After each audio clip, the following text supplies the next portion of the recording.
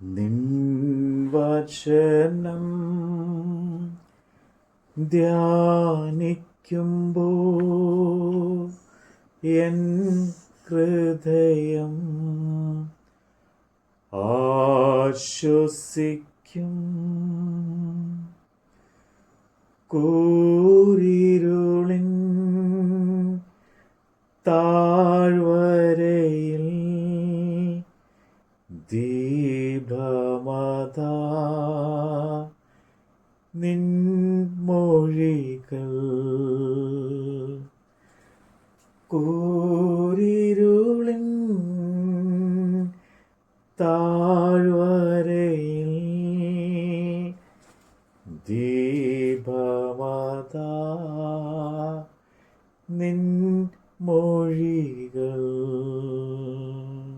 യിരെമ്യാവ് പ്രവാചകന്റെ പുസ്തകം 22-ാം അധ്യായം.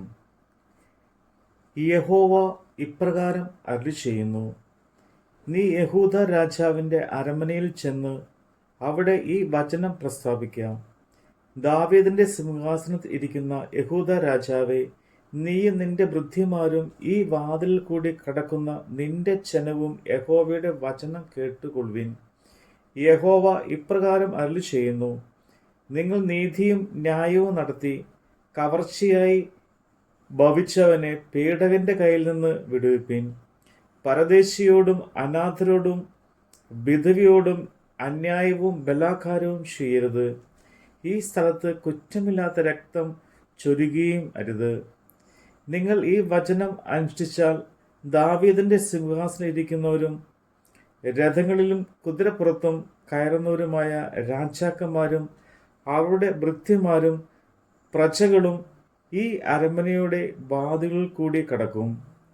ഈ വചനം കേട്ട് അനുസരിക്കുന്നില്ലെങ്കിലോ ഈ അരമന ശൂന്യമായി പോകുമെന്ന് ഞാൻ എന്നെ ചൊല്ലി സത്യം ചെയ്യുന്നു എന്ന് യഹോവയുടെ അരുളപ്പാട്. യഹൂദ രാജാവിൻ്റെ അരമനയോട് യഹോവ ഇപ്രകാരം അരുളിച്ചെയ്യുന്നു: നീ ഗിലെയാദും ലെബനോന്റെ ശിഖരവും ആകുന്നു. എങ്കിലും ഞാൻ നിന്നെ ഒരു മരുഭൂമിയും നിവാസികളില്ലാത്ത പട്ടണങ്ങളും ആക്കും. ഞാൻ ആയുധപാണികളായ സംഹാരകന്മാരെ നിന്റെ നേരെ സംഭരിക്കും. അവർ നിന്റെ വിശിഷ്ട ദേവദാരുക്കളെ വെട്ടി തീയിൽ ഇട്ടുകളയും. അനേകം ജാതികളും ഈ നഗരം വഴി കടന്നു പോകുമ്പോൾ ഓരോരുത്തൻ താൻ്റെ കൂട്ടുകാരനോട്, ഈ മഹാനഗരത്തോട് യഹോവ ഇങ്ങനെ ചെയ്തത് എന്ത് എന്ന് ചോദിക്കുകയും അവർ തങ്ങളുടെ ദൈവമായ യഹോവയുടെ നിയമം ഉപേക്ഷിച്ച് അന്യദേവന്മാരെ നമസ്കരിച്ച് സേവിച്ചുകൊണ്ട് തന്നെ എന്ന് ഉത്തരം പറയുകയും ചെയ്യും. മരിച്ചവനെക്കുറിച്ച് കരയേണ്ട, അവനെക്കുറിച്ച് വിലപിക്കുകയും വേണ്ട. നാട് വിട്ട് പോകേണ്ടി വന്നവനെക്കുറിച്ച് തന്നെ കരവിൻ. അവൻ മടങ്ങി വരികയില്ല, ജന്മദേശം ഇനി കാണുകയുമില്ല. നിന്റെ അപ്പനായ യോശിയാവിന് പകരം വാണിട്ട് ഈ സ്ഥലം വിട്ടുപോകുവാനായി യോശിയാവിൻ്റെ മകനും യഹൂദ രാജാവുമായ ശല്ലൂമിനെ കുറിച്ച് യഹോവ ഇപ്രകാരം അരുളിച്ചെയ്യുന്നു: അവൻ ഇവിടേക്ക് മടങ്ങി വരികയില്ല. അവനെ ബന്ധസ്ഥനായി കൊണ്ടുചെന്ന സ്ഥലത്ത് വെച്ച് തന്നെ അവൻ മരിക്കും. ഈ ദേശം അവൻ ഇനി കാണുകയുമില്ല. നീതികേട് കൊണ്ട് അരമനയും അന്യായം കൊണ്ട് മാളികയും പണിത് കൂട്ടുകാരനെ കൊണ്ട് വേല ചെയ്യിച്ച് കൂലി കൊടുക്കാതിരിക്കുകയും ഞാൻ വിസ്താരമുള്ള അരമനയും വിശാലമായ മാളികയും പണിയുമെന്ന് പറഞ്ഞ് കിളിവാതിലുകളെ വീതിയിൽ തീർക്കുകയും ദേവദാരു തട്ടിടുകയും ചായില്യം കൊണ്ട് ചായമിടുകയും ചെയ്യുന്നവന് അയ്യോ കഷ്ടം. ദേവദാരു മികച്ചവനാകുവാൻ ശ്രമിക്കുന്നതിനാൽ നീ രാജാവായി വാഴുമോ? നിന്റെ അപ്പനും ഭക്ഷണപാനീയങ്ങൾ കഴിച്ചില്ലയോ? എന്നാൽ അവൻ നീതിയും ന്യായവും നടത്തിയിരുന്നില്ലേ? അന്ന് അവന് നന്നായിരുന്നു. അവൻ എളിയവനും ദരിദ്രനും ന്യായം പാലിച്ചു കൊടുത്തു. അന്ന് അവന് നന്നായിരുന്നു. ഇതല്ലയോ എന്നെ അറിയാൻ എന്നുള്ളത് എന്ന് യഹോവയുടെ അരുളപ്പാട്. എന്നാൽ നിന്റെ കണ്ണും മനസ്സും അത്യാഗ്രഹം നിവർത്തിക്കുക, കുറ്റമില്ലാത്ത രക്തം ചൊരിയുക, പീഡകനും സാഹസവും ചെയ്യുക എന്നിവയ്ക്കല്ലാതെ മറ്റൊന്നിലേക്കും ചെല്ലുന്നില്ല.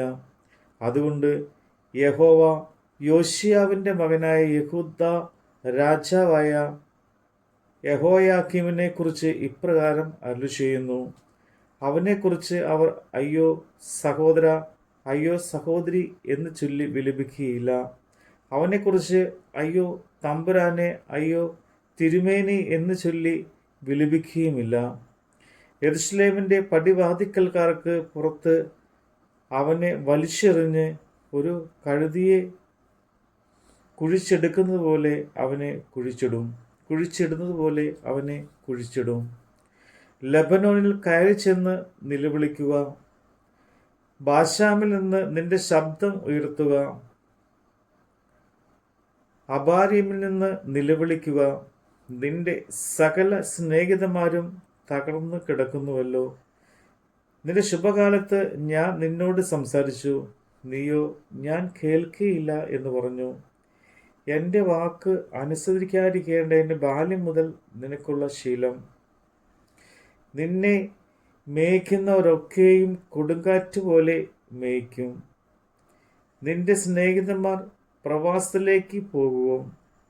അപ്പോൾ നീ നിന്റെ സകല ദുഷ്ടതയും നിമിത്തം ലജ്ജിച്ച് അമ്പരന്നു പോകും. ദേവദാരുക്കളുമേൽ കൂടുവെച്ച് ലബനോനിൽ വസിക്കുന്നവളെ, നിനക്ക് വ്യസനവും നോവ് കിട്ടിയവളെ പോലെ വേദനയും ഉണ്ടാകുമ്പോൾ നീ എത്ര ഞെരുങ്ങും. എന്നാണ് യെഹോയാക്കീമിൻ്റെ മകനായി യഹൂദാ രാജാവായ കൊന്യാവ് എൻ്റെ വലം കൈകൊണ്ട് ഒരു മുദ്രമോതിരം ആയിരുന്നാലും ഞാൻ നിന്നെ ഊരി എറിഞ്ഞു കളയും എന്ന് യഹോവയുടെ അരുളപ്പാട്. ഞാൻ നിനക്ക് പ്രാണഹാനി വരുത്തുവാൻ നോക്കുന്നവരുടെ കയ്യിലും നീ ഭയപ്പെടുന്നവരുടെ കയ്യിലും ഏൽപ്പിക്കും. ബാബേൽ രാജാവായ നെബൂഖദ്നേസർ നിന്റെ കയ്യിലും കൽദാരുടെ കയ്യിലും തന്നെ ഞാൻ നിന്നെയും നിന്നെ പ്രസവിച്ച അമ്മയെയും നിങ്ങൾ ജനിപ്പിച്ചിട്ടില്ലാത്ത അന്യദേശത്തിലേക്ക് തള്ളിക്കളയും. അവിടെ വെച്ച് നിങ്ങൾ മരിക്കും. അവർ മടങ്ങി വരുവാൻ ആഗ്രഹിക്കുന്ന ദേശത്തേക്ക് അവർ മടങ്ങി വരികയില്ല. കൊന്യാവ് എന്ന ഈ ആൾ സാരമില്ല എന്നു വെച്ച് ഉടച്ച് കളഞ്ഞൊരു കലമോ ആർക്കും ഇഷ്ടമില്ലാത്ത പാത്രമോ അവനെയും അവൻ്റെ സന്തതിയെയും ത്യജിച്ച് അവർ അറിയാത്ത ദേശത്തേക്ക് തള്ളിക്കളയുവാൻ സംഗതി എന്ത്? ദേശമേ ദേശമേ ദേശമേ, യഹോവയുടെ വചനം കേൾക്കുക. ഈ ആളെ മക്കളില്ലാത്തവൻ എന്നും ആയുഷ്കാലത്ത് ഒരിക്കലും ശുഭം വരാത്തവൻ എന്നും എഴുതുവിൻ. ഇനി ദാവീദിൻ്റെ സിംഹാസനത്തിലിരുന്ന് യഹൂദിയിൽ വാഴുവാൻ അവൻ്റെ സ്വന്തം തീയിൽ യാതൊരുത്തിനും ശുഭം വരികയില്ല എന്ന് യഹോവ അരുളി ചെയ്യുന്നു. നമ്മുടെ കർത്താവിൻ്റെ വചനമാണ് നമ്മൾ കേട്ടത്. അവൻ നമുക്കായി ജീവൻ നൽകി ഒരുക്കിയിടുന്നു വലിയ രക്ഷ. ദൃഷ്ടികളാ കാണുന്നു ഞാൻ സ്വർഗ്ഗകനാ ദേശമതിൽ. ദൃഷ്ടികളാൽ